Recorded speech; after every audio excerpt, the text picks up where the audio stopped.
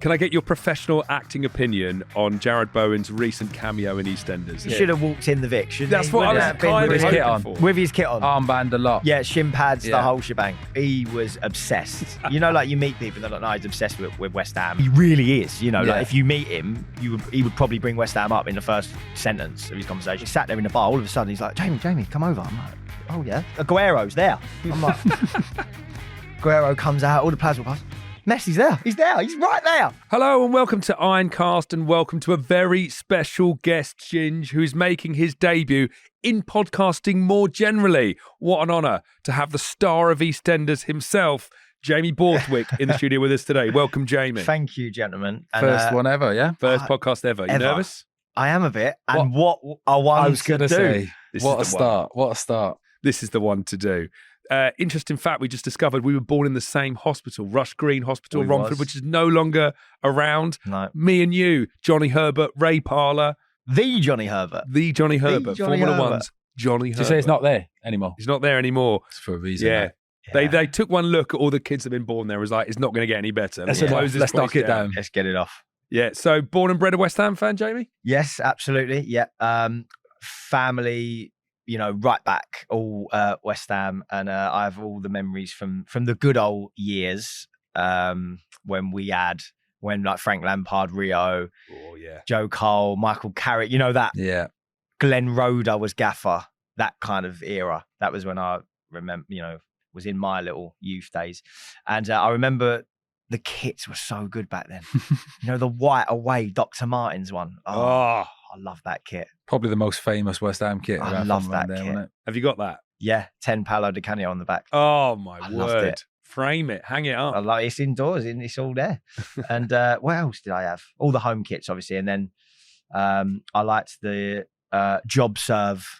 That was my that days. your That's time? that was me, The that. Job Serve Yeah. home kit, yeah. 2005, I've got this weird thing about 6. kits. Really weird. I think I can only remember seasons by the kit, mate. Yeah. If you show me a kit, I'd probably remember the season. Yeah. Can't remember the football anymore, but remember the kit. It was great. Yeah. We'll get into your love for West Ham in a minute, but I thought we could begin with the 40th anniversary of EastEnders. Yeah. You just did the live episode, which Yeah. watching that, I thought that must be one of the most nerve-wracking things you can do as an actor. And I mean, you've done Strictly. How nervous were you? Live TV, a live episode of EastEnders, because I think people watch that for the mistakes, right? Yeah, absolutely. Well, it's funny because I'd been away doing the Strictly live tour, and around the time that the live was coming in, and around the time we were building it and whatnot, like really, I wasn't really around. So we'd filmed Billy and Honey's wedding a few months prior to the live, because obviously we had to catch up on all the stuff after the live. Does that make sense? Yeah. And then I'd said there was all word going around about the live and we were doing it and who was going to be in it, etc., etc. And I was like, I don't think I'm in it. So I went up to our boss, lovely Chris Clenshaw, and I'd said, Chris, am I in the live? And he was like, no, Jamie, you're away. Like, you're not here. I was like, but I feel like I should be in it. And I feel like I want to be in it. So he very kindly managed to find a little scene for me to go in, and he even gave me a line, and so I just had one line in it, and I was in it. But I wanted to be there for the atmosphere on the sets around that time when you do a live. I think that was my 4th live episode of EastEnders, and it's such a good feeling. It's such a good buzz. I mean, I actually was surprisingly quite calm. All the EastEnders cast will take the mick for me for this, because since I've been back from Strictly, they're all like, because we love all the banter, and I'm like the banter boy, and they're like, oh yeah, he's changed now, and since he's been on Strictly, all that thing, and they will kill me for this, but because I just finished Strictly, which obviously is live on Saturday in front of X amount of millions, and I'm doing something that I'm not comfortable doing either. The idea of doing a live episode of EastEnders where I was comfortable, I really wasn't fazed that it was live, because I'd just done all the live stuff. Do you know what I mean? Yeah. If I hadn't have done that, maybe yes, I'd be like, oh God. But I think for Natalie Cassidy and James By and Lacey and the people who were really, really in it, who were absolutely fantastic, I have to say, they definitely felt some nerves. I definitely. Was there any mistakes in it? I didn't actually see it. Was there? No, Quite it went impressive. all swimmingly and smoothly. Yeah. Amazing. And speaking of live telly, Strictly as well. You had such a controversial exit after winning the Strictly Christmas special, getting into the main cast, and then fans were just up in arms over your exit and the judge's controversial decision to eliminate you. Is that injustice? Like, are you over it yet? No, is the answer. Fuming. Absolutely fuming. No, I am over it. I accepted the fate, on the evening really, and I just left it going. Listen, I've had an absolutely fantastic experience, and by that time, we'd already agreed that I was going to be part of the Strictly Live tour as well, which I really, really wanted to do. So I was also kind of like accepting that it's finished, knowing that I can have a little break, have a lovely Christmas with all the friends and family, and then in the new year go back and do the live tour. But yeah, it was such a fantastic experience. Strictly, I honestly. Was you much of a dancer going into it? No. I did the Christmas show just before, which was my kind of only ever go at Latin and ballroom dancing. Yeah. But I went to Sylvia Young Theatre School where we did do dance classes, and hindsight's a wonderful thing, isn't it? But I look back now, I think, I really wish I'd have had a go. I really wish I'd have concentrated and really tried.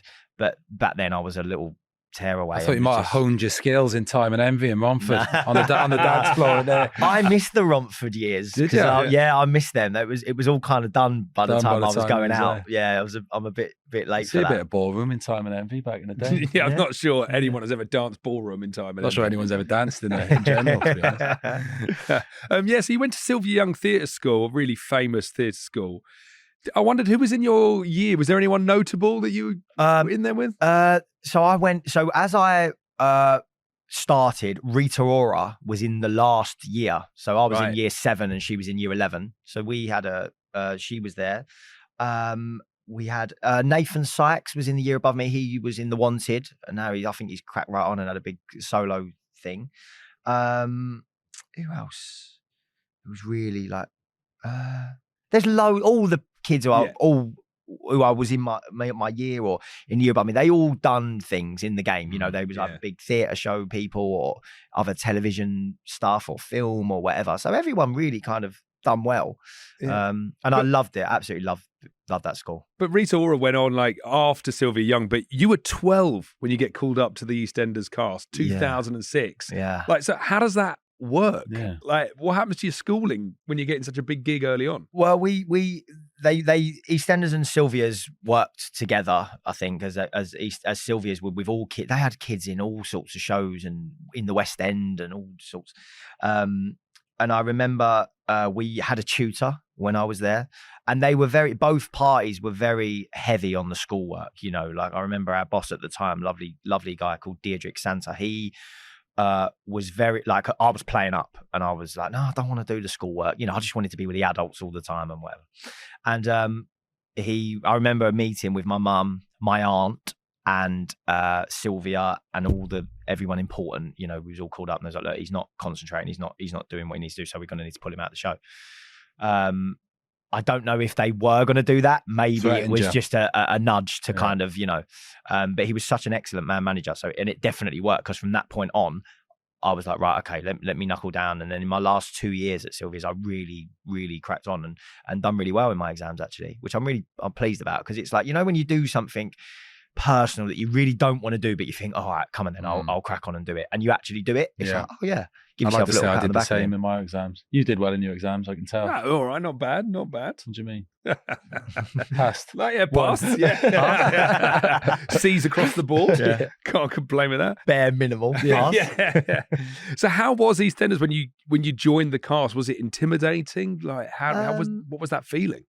It probably was intimidating, but I didn't recognize it because I was so young, right? Young at the time and so innocent and just didn't know, what it was all about really. My first ever scene was in a graveyard, literally by Watford's ground. I could literally was next to it, and it was with the lovely Pam St Clement and actor called Dave Hill, who played my granddad in the show when I first came in. And I remember I was such a big EastEnders fan anyway. It was like, it's Pat. To myself. It's Pat.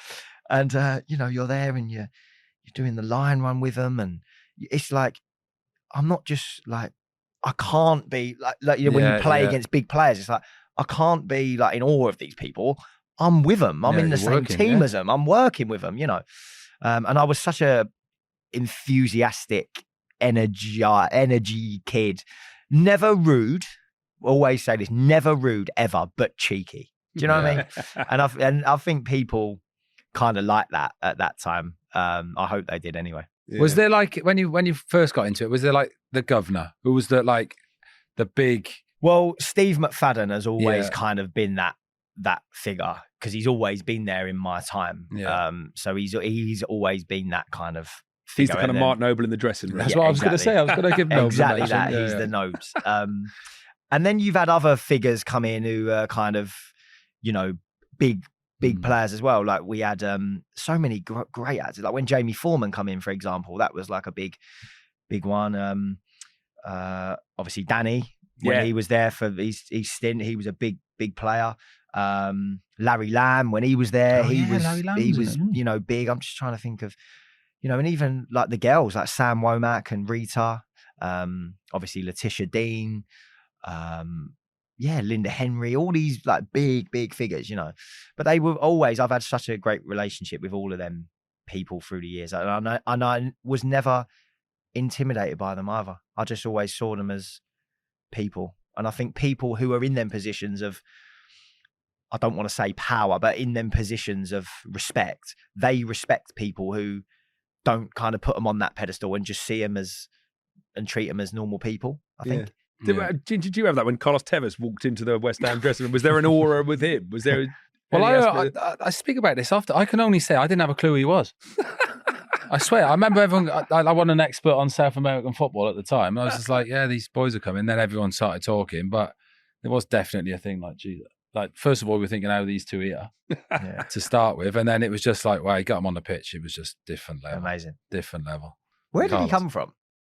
South America. It was Boca Juniors. Was it Boca Juniors? Was it Boca Juniors? Yeah. No. But it's mad with them two. I don't know. We've got onto it now. Carlos didn't try a leg in training. Yeah. Wouldn't even tie his boots up, Carlos Tevez in training, but like the best player. But Mascherano was unreal. Used to train like me and Nobes, like flat out every day. But he didn't get in the team. And obviously Carlos got in and did what he did. Mental. Yeah.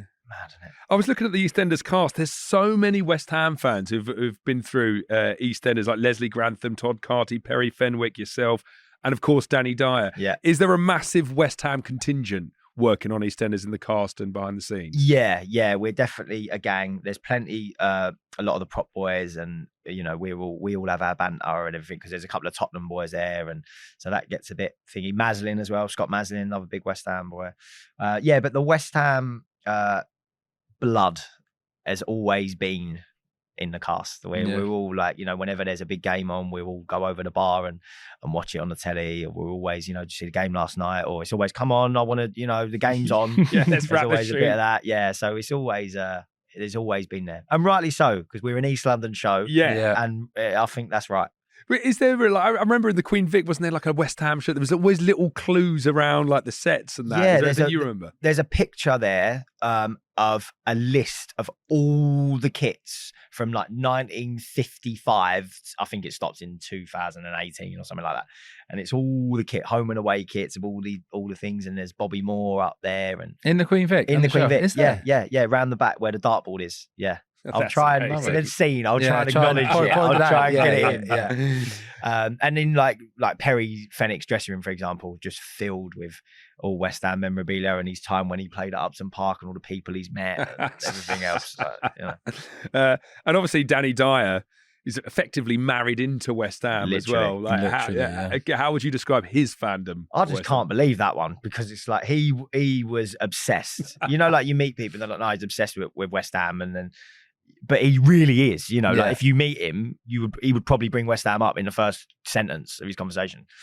And I just think it's crazy. You just can't write it, can you? No. Now his son-in-law's the captain. It's just like, well, where's that ever come from? Mad.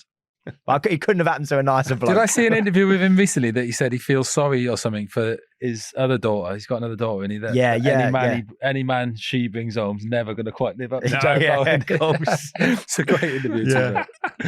He's funny, he is. Oh, amazing. So let's go back to your West Ham fandom. You mentioned the kits, but what are those early games? Is there one specific game you remember when you started going over Upton Park? I remember I went with an old family friend who I don't see anymore. He was a Liverpool fan and I was obviously a West Ham fan, and he took me to Liverpool, West Ham. It must have been 2001, 2002.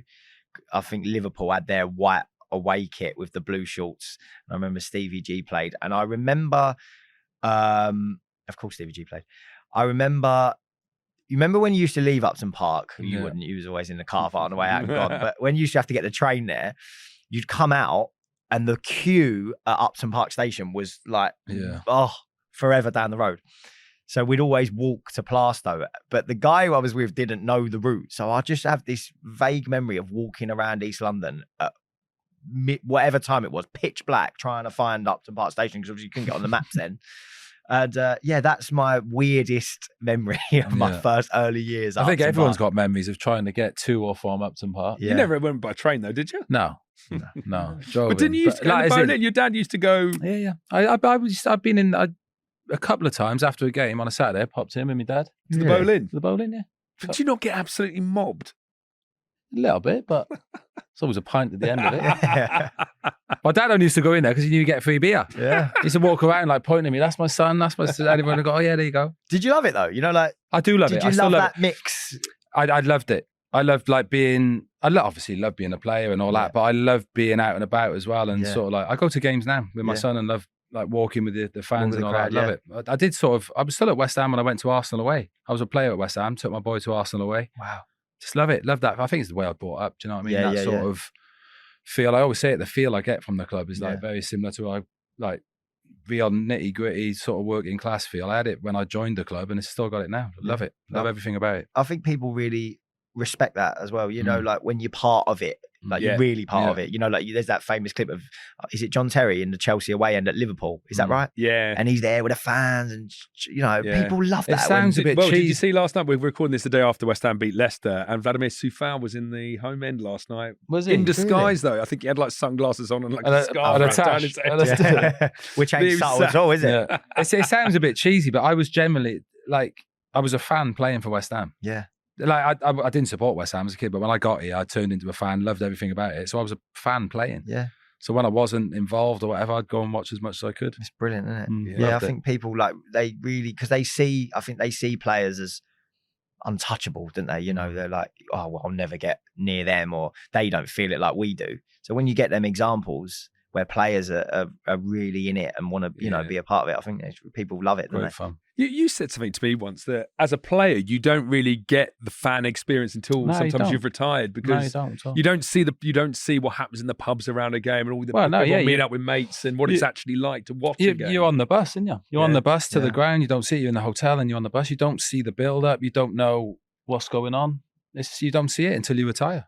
And that's what you enjoy, I think, after you finish playing, is seeing what goes into a game, because all you're thinking about when you're playing is the game and preparing yourself. But you don't see everyone else, the fans and having the beers and chats and the walks to the ground. So it's another great thing I love doing, like away games and stuff like that. Yeah. Jamie, do you have one game that you hold up as the best West Ham game you've ever been to? Is there one, or don't necessarily even have had to have been there? Is there one game that sticks out for you? Well, I suppose the cup final, the European Cup final last year. Yeah, 2023. 2023 would be the pinnacle moment. But I remember we were talking about before, our 2005 FA Cup loss, 2006 against Liverpool. I remember that just because I remember the build-up of the day. And did you go to that one? Were you in Cardiff? I didn't. No, I didn't. We watched it in a pub. My mum and dad used to. You would have been 12, wouldn't you? Yeah, but my mum and dad used to have the Farmhouse Tavern pub in Romford. Right. So, and as you can imagine, that was West Ham everywhere. Jeez, yeah. And I remember that day, the build up to that day, because I even remember.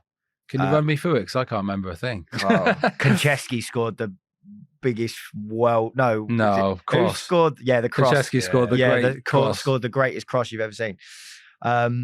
But yeah, I remember that as well because I remember the day. Like we was up in the morning. I think we'd stayed in a pub the night before. My dad and all his mates, and it was all cooking bacon sandwiches and all of that sort of stuff. And everyone was in, and I remember that day so well because the build up was brilliant. The feeling. What about the aftermath? Yeah. Well, Ginge, is there an argument that you're actually to blame for us losing to Liverpool? Jesus, we're 3-2 up. Doing it again. 90 minutes on the clock. Going to do it again. What is it that you say to Matthew Everington on the bench? I said I think we've won the FA Cup. It flicked to 90 minutes at the at the Millennium Stadium, and my exact words were, "What a night we're going to have." Oh, yeah, just weren't meant to be. Man. No, do you and then remember that obviously- moment, Jamie, when Jarrod hits that shot? Yeah, of course. What was the pub? What was it like in the pub? Just the screams, like just the head in hands and just that usual feeling you get, I think, as an English West Ham football fan. With England, we've seen it so many times, and just that feeling, that feeling. Yeah. it was sort of like I can talk about it now. When he scored that goal, when Was you near it? Was you near it? No, I was on the bench. Oh, I was on the bench. You sort of know, like going into extra time, they score a late goal, any game, let alone the FA Cup final, you're thinking it's going to be tough for us now to get back into it. We were tired, they were tired. Obviously, that's why Jarrod hit it, but we were dead on our feet as well.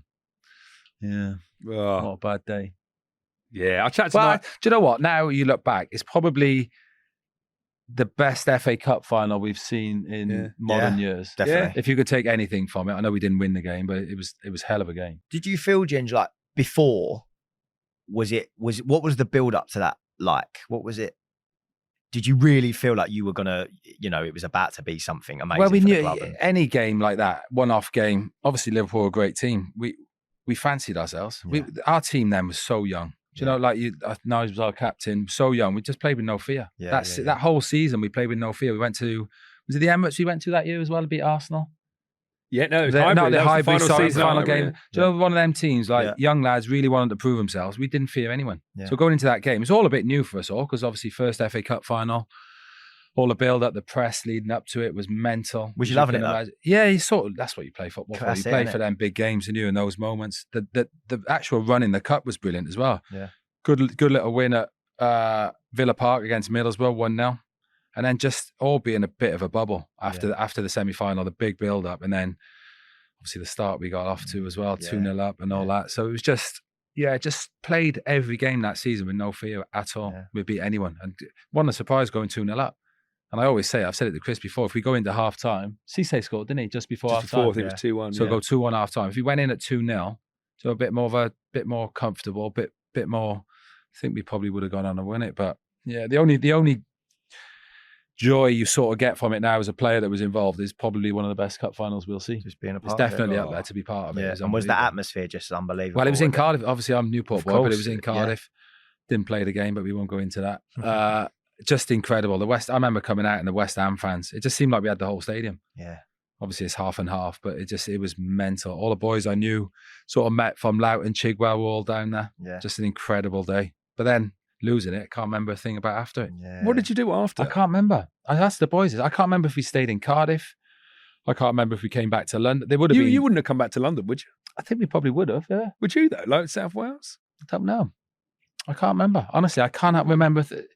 You might ask someone else who was involved. I can't remember any. Obviously, the disappointment and being in the dressing room, you can sort of remember that, but you can't remember what we did after. If we went our separate ways because it was the end of the season, or we all came back to London. Honestly, I haven't got a clue. Yeah. I'd like to find out. Yeah, see if you can find Probably out. a massive party. I just can't remember it. Jamie, is there one particular West Ham goal that sticks with you as possibly the finest you've witnessed? Anything from the Payet years? I'm really trying to. I remember missing Carlos Tevez's free kick against Spurs. I went down to get a drink and I heard the big cheer and I was like, oh, I've been waiting. So I remember that. Do you know what? This is going to be controversial. That's not a great free kick. It's right down the middle. It's down When the you middle of the. back, Watch it back again. When you watch Honestly, it it's back. down the middle of the goal. So who's in goal? Paul Robinson. Paul Robinson. Yeah, I mean, Yeah, it's and not. he kind of clips the bar. Listen, it's a good free kick he scored, but it's down the middle of the goal. Yeah. Keeper should have saved it. I should have.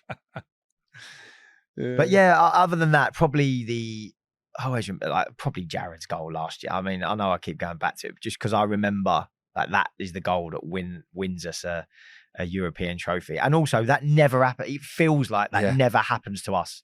We're never the ones who get that. Get the last minute goal. Never. I can't remember being involved in like a last minute goal. It's always someone else. like that to win it. Yeah. Yeah. Where did you watch the final? I know your mum and dad were out in Prague, right? They was out in Prague in the fan zone, but I was here because I was working. So I watched it in a pub in Shoreditch. And it was heaving, and it was like I was with all my mates, and it was brilliant. It was amazing. It was amazing. Party long into the night. Yeah, it was just like watching England at Euros, because we don't, as West Ham fans, we very rarely have them nights. So it was just like that. Yeah, it was brilliant. And have you had a picture with the trophy? Have you held it yet? I haven't. No, I've been nowhere near it. Got to sort this out. I thought he was going to produce it from somewhere. It's not going to. Always a funny enough. Somewhere it around just pops up. Yeah. No, I've been nowhere near it. So maybe. So that was probably going back to me, like being a fan. That was probably my not first, but real day out massive game as a fan. I was out there. Did you love it? Loved it. Yeah, loved it. Yeah, like you say, it just Amazing don't happen. Last minute score. It's so true. Never happens to us ever. So you say that playoff final 2012, Vaz last. Like actually, I wasn't yeah, here then, Vaz though, was Tate, I? They signed the big boys after that, didn't they? That's when I came in the year after. Yeah, they got the checkbook out after that one. I don't know about that. That was the same night as Chelsea Bayern Munich, because I remember Munich. indoors. I watched that in the afternoon and then that in the evening. I remember. I was in Miami. Matty Evelyn stag do. Was you? I bet that's a whole other podcast. We'll do that after hours. I think.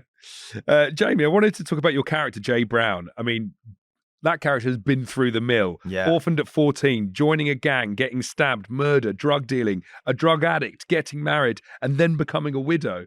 I mean, those storylines for an actor must have been so tough. What was the toughest of all those different things to kind of portray? Well, the early stuff, again, like what you're saying about just you're young and you got no fear. It was a bit like that for me also. I just kind of was really absorbing being in this show, which I loved and which I'd watched and all my family had watched for years. And I was thinking at this point, I was like, it could be over at any point. So I'm just going to really try and enjoy it. And to be honest, I don't really know what I was doing back then. I just remember getting a script and like, oh, okay, I've got to say these lines, but then don't worry, when I come back, we can muck about and I can be with all the Eastenders cast every day. But certainly, I think the stuff which I'm most proud of is the recent stuff with Lola and her brain tumor, and my wife dying in the show. That was something I'm really proud of, and really took its toll on me and Danielle and all the cast involved, just because it was so sensitive. And that was something I was really, really, it stays with me, that. And something which I'm really, really proud of. I think it was such an amazing set of episodes, all that. Yeah, so definitely that, I would say. Yeah. I know in EastEnders, a lot of these storylines are done with a lot of care and deliberation. I wondered, what about yourself? What kind of research do you do when it's something like joining a gang? Do you have to go off and do that research yourself and really understand what your character Jay is about to go through? Well, at that time when I was doing all that stuff, I was so young. I was only I think maybe 13, 14, something like that. And EastEnders are so great with things like that. They're so helpful, and they give you all the tools that you need to do what you need to do. But equally, they don't shove it in your face. They don't force it upon you. If you feel like you're comfortable, they just kind of move with you, But no, for that stuff, I didn't do any of that. We just kind of, I just kind of imagined being in that situation, really, and kind of just went off that. Yeah. It's so long ago now. Really? Sorry. It's 18 years ago, something like that. Man. Jesus. And then Strictly, you and your dance partner, Michelle, when you were in the thick of that, you actually went to the training ground, right, at West Ham. You went to Rush Green. Best day. How good, you met a lot of the players, right? Yeah, we met all the players and the manager, and it was amazing, because they said it was so random how that come about. West Ham had actually got in touch with me, and I was like, I'll check my DMs. What? Like what? Yeah. And they'd said, can we kind of do something? And I kind of was like, well, look, I'm sure Strictly would love us to do, something for our VT. And West Ham were great, and Strictly were great, and it all just worked. And we were down there filming at the training ground, and we watched a little bit of training, and it was the best day. And then I never knew his name. He never said his name, so I've not forgotten it. He never said it. But the old first team coach, he had said to us that, you know, filming had finished and we'd done our thing, and he was like, "Do you want to hang around and watch training?" Like we were playing Everton, I think 2 days before or 2 days after, and he was like, "Do you want?" And I was like, obvious, yeah. But Michelle was like, "Jamie, we've got to go back. The choreographers are coming in." I was like, so I couldn't do that. But it was such a good day being down there with at the training ground with everyone and just looking around. And it was my favourite day. Quite a surreal world, isn't it? A training ground. It really is, yeah. Do you find that? Yeah, I find it quite intimidating. A very little. But I love it though. I love the idea of it. Joe Powell, who was here for a while at West Ham, we became really close, and I used to kind of pick him up from the training ground every so often, and I was always like asking him all these questions. What's going on in there about the day to day? You know, I always want to know the day to day, like what goes on. Because as football fans, we really are like, what is it? Well, you know, what do you do in these hours? And he was telling me all about it, and but actually seeing it, it's like, wow. Was there EastEnders or Strictly fans in the team at the time? Well, oddly enough, the first team coach, his wife was apparently obsessed with Strictly really? and loved me and Michelle. And I was like, wow, lovely. So definitely. That's why you got asked to stay to watch training. Yeah, that's why we was asked to stay to watch training. But it was great. We done a little bit with Aaron and Jarrod and Mikel, which is great. Any dancing? A bit of dancing. Mikel was happy to do a bit of salsa with Michelle. Yeah. Oh yeah. Which was good. I could see that. Jarrod and Aaron just kind of stood there. Don't really know. I don't know what was going on. But yeah, that was good. And we were chatting a little bit about EastEnders and West Ham and whatever. I think Jarrod may have an interest in EastEnders now. Oh, really? Because of the Danny thing, maybe. I don't know. Maybe. I'm sure if it's on, they'll stick it on, him and Danny, maybe. But yeah, no, it was such a good day, and I was so grateful to be able to do it, because that particular week, we'd filmed here at the training ground with West Ham. I was doing the dance that I really wanted to do, the Argentine tango. It was a dance I always wanted to do when I was on there, to my favourite song, Do I Want to Know by the Arctic Monkeys. So it was just a hat trick of great things that week. Perfect week. The scores didn't go that I was going to say, did we beat Everton? Yeah. And our Argentine tango score didn't go great either, but controversially. Nonetheless, a great week. Yeah. Can I get your professional acting opinion on Jarrod Bowen's recent cameo in EastEnders? Special occasion. Hey, honey and Billy, it's Jarrod Bowen here. Tenny told us you were about to tie the knot, so I want to say a massive congratulations and good luck from myself and all of us here at West Ham. Enjoy your special day. Hopefully we'll see you at the London Stadium soon. Who is it then? It's Jarrod Bowen. Have you seen it, Ginge? I haven't seen. I've heard. Was it a message? Yeah, when I heard it was going to be a cameo, video message. I thought he was on it. I wanted to see him in the Vic. I thought he'd walk through the Albert Square or something like that. He really should have walked in the Vic, shouldn't he? That's what I was kind of hoping for. With his kit on. Armband a lot. Yeah, shin pads, the whole shebang. Yeah.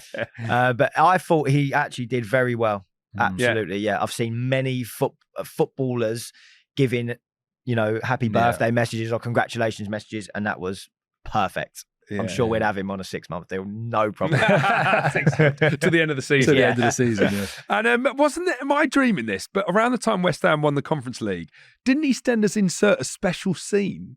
Yes. Yeah. So whenever things like that happen, whether it be with football or politics or whatever it may be, we're all waiting, because we know that the next morning, reference it. Yes, someone's got to be in first bells to do what, a scene to reference it. And yeah, it was I think it was Shane and Scott Mazin. I think, I could be wrong, but I think it was them two that had the reference in. But yeah, EastEnders love doing things like that, and especially for West Ham, and rightly so as well. Just before you arrived, Ginge and I were talking about your various social media exploits, and there's one video in particular my son showed me this morning. Oh, what was Go on, Ginge, take it away. Your Roy Keane impression. I didn't think that was going to get brought up. The Keane, I didn't know. Do you know what I said to my son? We had you on, and he went, "Oh, you've got to see this." I didn't even know about it. Yeah, we went on Soccer AM, me and Max Bowden, and It was something I'd do, like messing around. brilliant. And he was like, mate, you got to do it. So I was like, oh, okay, I'll do it. But how funny is this though? No one's mentioned it. And about 2 days ago, someone had said to me, oh, my friend said that you do this really good Roy Keane impression. And now this is brought up. It must be flying around on social or something. There's going to be another time. Yeah. It comes in threes. Someone else will mention it in the next couple of days. But yeah, my Keno. I don't know where it come from. Actually, I do. We were watching Tottenham Man United, you know, when he said, oh, we'll put them on the bus after that game. You know, when he said that. Yeah. And I was just watching it, and I just started doing it. It's all the movements and all that. You got it bang on. You've got to give the viewers of Ironcast a little bit of Roy Keane. Save him clicking around. I haven't done it for so long, and I'm not saying it's the best one, but it is good. I do actually back it. I actually think it's I good. do. I would. I do. What is it? Oh, it depends. Sometimes he's like casual. Yeah. Like sat down like that, and it's just talk about United and winning trophies. You know, when I was with Ireland, I did my cruise shit.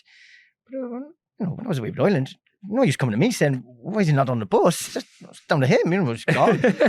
But, you know, if people think, you know, people like McTominay and Fred are going to get United winning trophies. They're living in cuckoo land. It's been a while since I've done it. I need to get it back. He's slightly angrier these days. You've seen him recently, him and Wrighty having a row the other day. He's like that. Angry, you need to ramp up the anger. He's angry to keep up with Keno. I love Keno. I think he's brilliant. Yeah, he's great. I love all them. What they do with the overlap and all that. I think it's brilliant. I love watching it. It's a golden age of pundits. They are brilliant. They really are. There's one other thing I'd love to talk to you about. Of course, it is you meeting Lionel Messi in what I suspect is the worst picture I've ever seen. It's not. You can't even tell. You can't even tell who it is. I don't know if we can see that. Oh, it's terrible, isn't it? So tell me, where was this? How did you meet Lionel Messi? So they trained at Rush Green, didn't they? Yeah, and my mate Kieran Sadlier, who's now at Wickham, played in that game, and he just said, you know, he played against Messi, and he just. Obviously, Messi ran everyone right. And it was like, you couldn't believe it. I'm asking all the time, wait, what was it like to play against Messi? What was he doing? Where was he? I'm obsessed. I love him. I am actually obsessed. I remember, I've calmed down now with the obsession. But back then, I was, every single minute of the day, I was just watching Messi videos or wanting to play football, or I had all these boots. I was watching all these games. I could tell you movements and things that he's done in games and like crazy. My birthday's on the 23rd. He's on the 24th. So I'm near him. Right. So really weird story, right? We went to the Pride of Britain Awards and I met Sam Allardyce there, who was the gaffer at the time. And him and his wife were really big EastEnders fans. So we was having a little chat and whatever. Ideal. And we exchanged numbers. So I got West Ham manager's number. I don't think I even had Sam's number. I was playing for him. Yeah. So I couldn't believe it. I was like, I feel like a star. And anyway, Argentina. Can I just ask, how did you approach Big Sam? He approached me. Oh, really? Him and his wife. Oh, that's perfect. Yeah, his wife came over and was Brilliant. just like really big EastEnders fan. And and obviously she came over on her own, and I didn't know her. Yeah. And then Sammy, Sammy's my mate Sam. Yeah, old Sam come over, and that was that. How that happened. And then he introduced his wife and whatever. Anyway, we were talking, and we'd just beat Liverpool as well at this point. It must have been 2013, 14. And we'd just beat Liverpool the week before, so we were talking about the game and whatever else. And he was like, yeah, you know, get my number. Excuse me, get my number and blah, blah. I was like, yeah, I'll get your number. Sam Allardyce. So anyway, that was that. And then Argentina were playing against Croatia at Upton Park. Yes. And we'd heard about it, and all the boys, you know, were all like, mate, we got to go to the game. But we're thinking, mate, tickets are we're never going to get them. Sam. I've got Sam Allardyce. It's fine. So I've dropped Big Sam a text. He was a diamond. There's the 2 tickets. Lovely. No problem. Thanks for coming. Goes to the game, but I'm like, I really want to push it. I'm like, mate, Messi's in England. Like, he's never in England. He's, you know, this is it. I actually could make it happen. I could meet Messi. So I remember getting to the game, and a lot of the staff around Upton Park I was quite friendly with just from going to the games or whatever. And I was there and I was doing everything. I was like, mate, listen, I really want to meet Messi. Is there any way, you know, I don't know how we can make this happen? So it's like, maybe let me talk to someone, blah, blah. And I remember someone had come over and said, look, Jamie, like, if it was for West Ham, no issue. Stand in the tunnel, shake all the players' hands, no problem. But because it's Argentina, the Argentinian Football Federation were very like, listen, no one's coming in, like, blah, blah, blah. So I was like, okay. At the game, I meet a guy who he's a representative of the Argentinian Football Federation, lived in England his whole life, loves EastEnders. No way. I feel like you've been in the right place Honestly, at the right time quite a lot. Right? So he comes over to me and he's like, oh, hello, Jamie, blah, blah, blah. And we have a chat and he tells me what he was doing. I was like, God, he's smiling on me like right now. He's put this guy here for a reason. So we was having a chat. And he was like, listen, and I obviously said, oh my God, listen, I really would love to just shake hands, you know. So he says, look, the team is staying at the Radisson Blu at Canary Wharf. More than welcome to come down after and we'll try and sort something out. Perfect. Finished the game, straight in the car, straight to the Radisson Blu, sat there. He kind of has a word or something. I don't know what happens, but we're sat there in the bar. All of a sudden, he's like, Jamie, come over. I'm like, oh yeah. Walking up, standing outside like the lift, the Argentinian, like Aguero's there. I'm like, Aguero comes out, all the players will pass. Messi's there. He's there. He's right there. And I'm like, my mate Dave, I was like, oh, Dave, like, you take a picture. So this guy's like obviously translating and whatever, but Messi's obviously just finished a game. He's like, wants to get food, ain't really having it. So he's kind of moving. He's walking. He doesn't actually stop. And we have a moment. He's kind of on the move. And I put my arm around him to have a picture. And my mate's obviously, not, as you can see, gnaws the picture up. But Messi, it's really weird this. He deliberately walked into a wall nearby, like tapped his arm on the wall and was walking away going like this.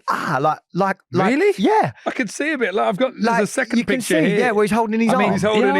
He's holding his arm. And I think I don't know if he was trying to, I don't know what he was doing. Bash his arm, Bashing his own arm. just to get away from it. Probably, or maybe insinuating that I'd assaulted him or something. I really don't know. Do you still speak to your mate who took this photo? We live together. Do you? Yeah. Very disappointing, isn't it? And after all that, effort, do you know what? I'd forgot about this. That is incredible. But I'm going to remind him when I go home. Yeah, I would as well. And tell him, so you don't have that framed anywhere, no? No, I don't have that framed anywhere. No. Okay. That's in the archive somewhere. Yeah. But I didn't get the clear picture, which I would have loved to put on the wall. However, I did get quite a funny story out of it. Yeah. So I'm quite happy about that. Brilliant stuff, Jamie. Thank you so much for joining us. It's been so Enjoyed much fun to hear your West Ham stories and your EastEnders stories, your Thank Strictly you. stories. What an honour. And cheers, Ginge. And thank you for listening. Until next time on Ironcast, come on, you Irons.